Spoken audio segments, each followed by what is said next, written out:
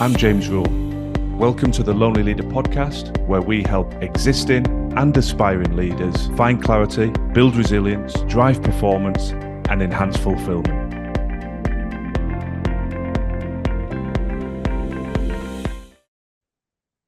Welcome to the Lonely Leader podcast, and today is a truly special episode. It's our 50th episode. I am super proud and tremendously excited that we've made this landmark. I remember when I was researching the do's and don'ts and the whys and wherefores of putting a podcast together, a number of industry experts talked about the critical importance of getting to the 50th episode landmark, because apparently so few podcasters actually reach that volume of episodes.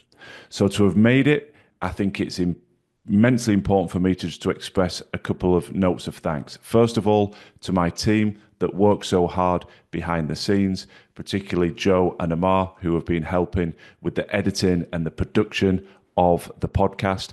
And equally importantly, a huge thank you to you, the listeners, the followers of the show. Some of you have been with us since episode 1, some have joined more recently, but wherever you connected with us at whatever stage of the journey, a huge thank you. It is the essence of humbling to look at the statistics, look at the geographic spread around the world of where our listeners are coming from.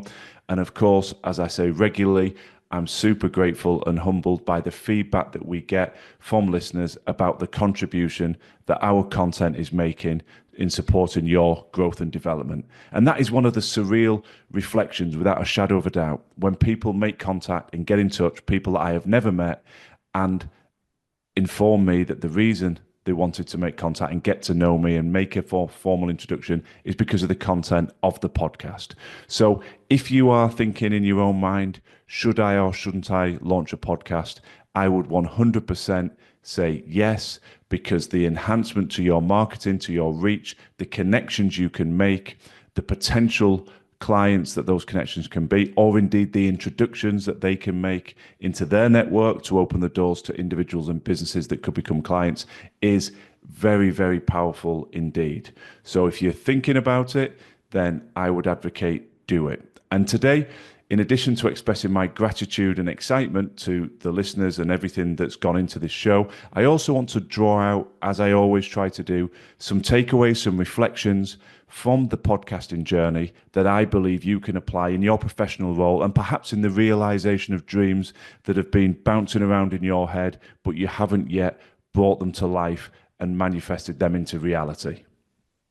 So let me dive straight into the 8 tips that I want to share today.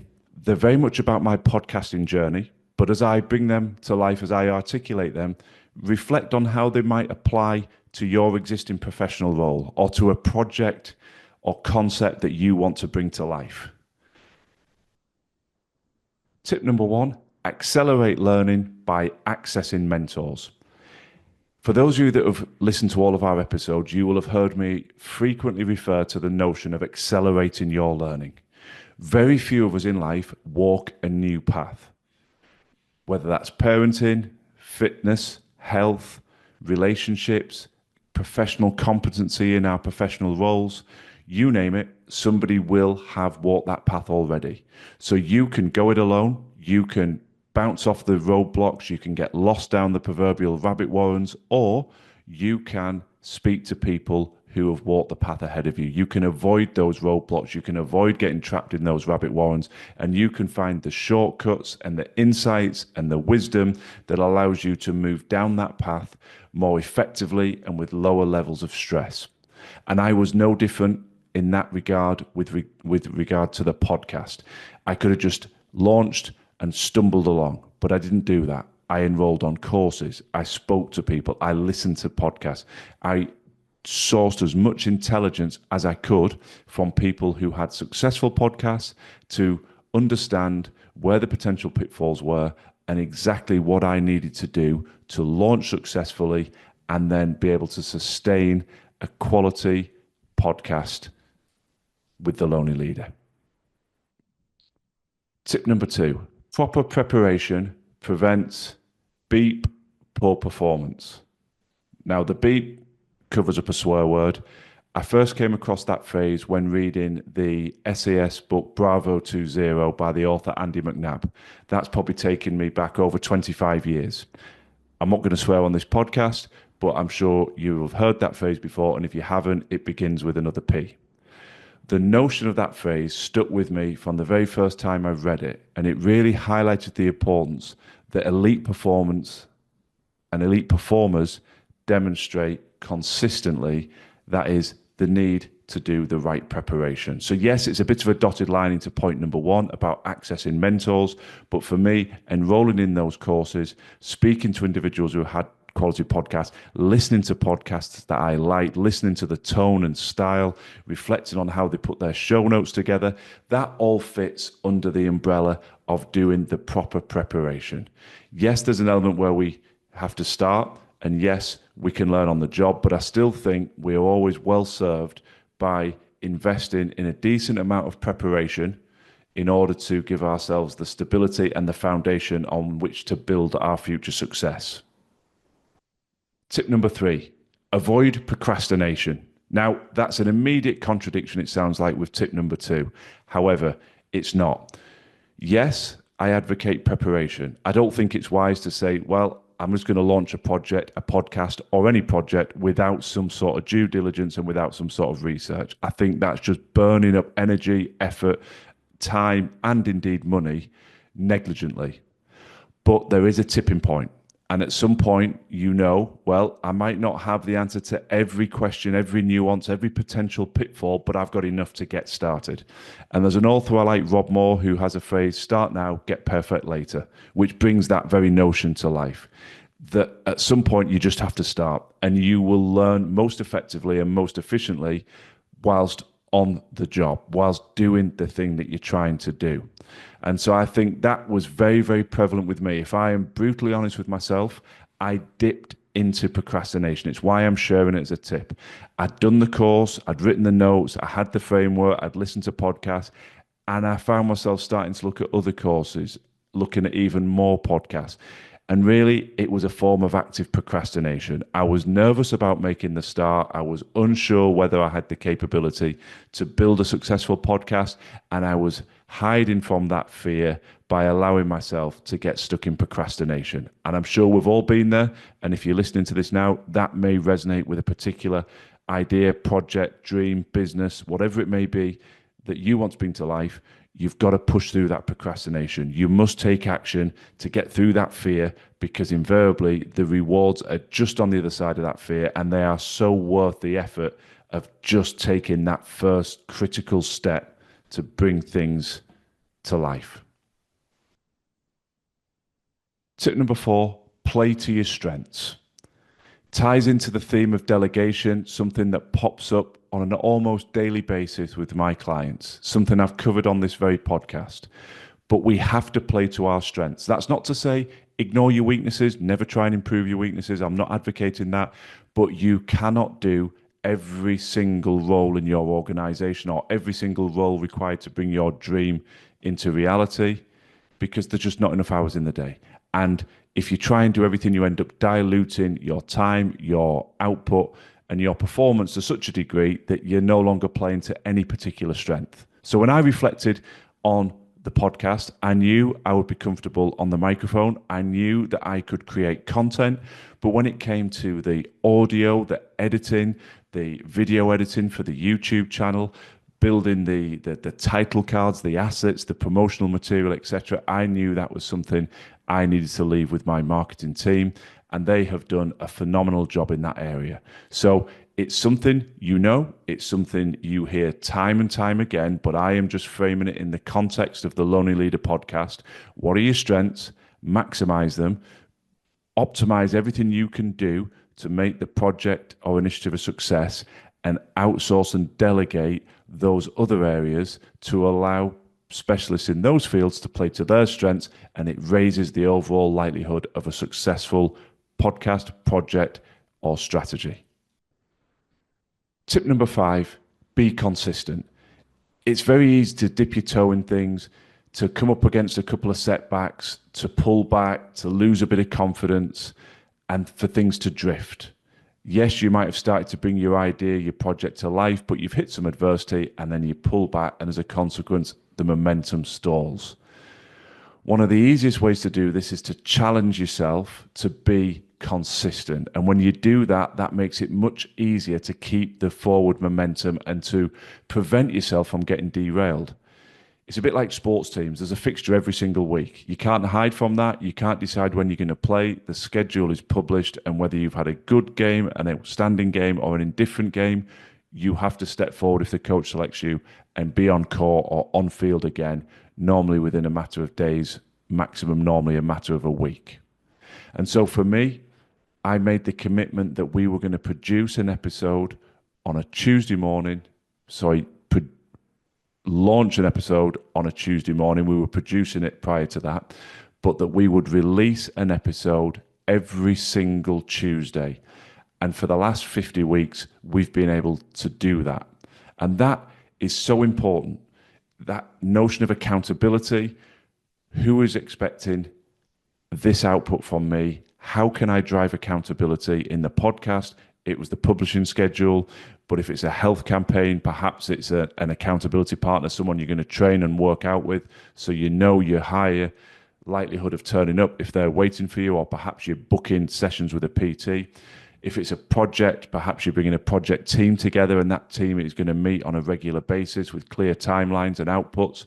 Whatever you need to do, be consistent, drive that accountability, and it will make it far easier to build momentum and avoid being derailed by the obvious bumps or challenges that you're going to encounter, because no project takes off, launches, and runs perfectly seamlessly. Tip number 6, source feedback.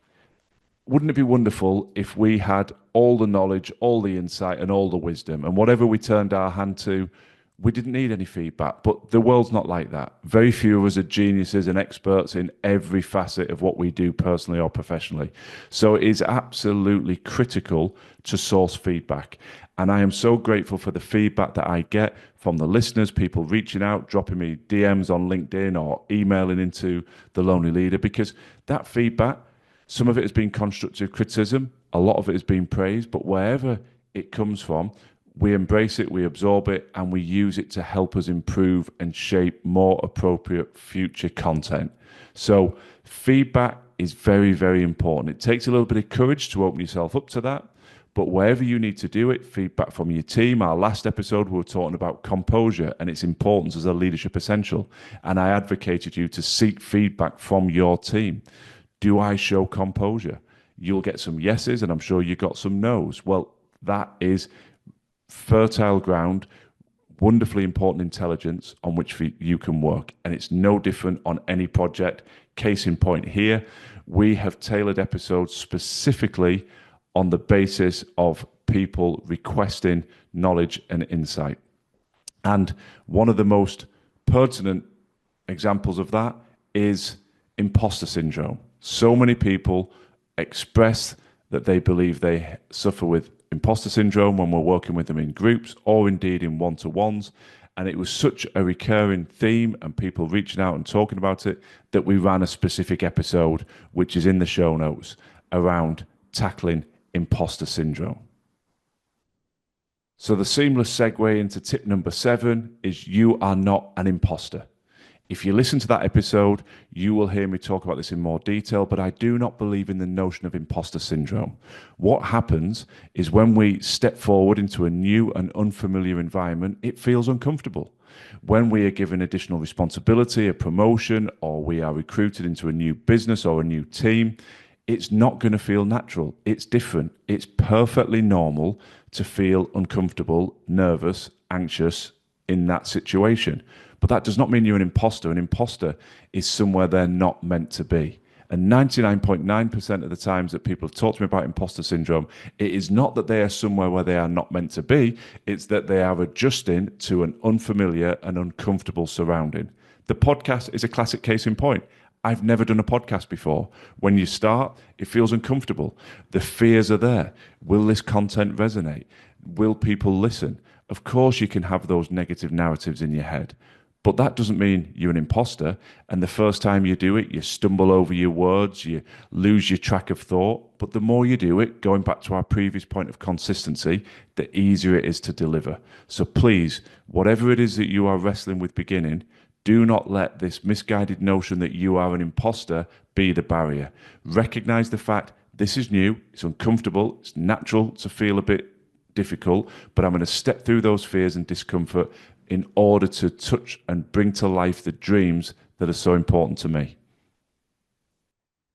Tip number 8, celebrate milestones. We're all very good at criticizing ourselves or getting frustrated at the things we didn't say, the opportunities we missed, the things we said that we wish we hadn't, all looking back, all driving regret, negativity, draining our energy, disempowering our mindset. But what about taking the time to actually find the things that we should be grateful for and celebrating the things that we have done well and the milestones that we have achieved? So however big or small, when you're reflecting, which I think is very healthy every week, reflect back on the week that's gone, what went well, what didn't go well, what can I learn from it?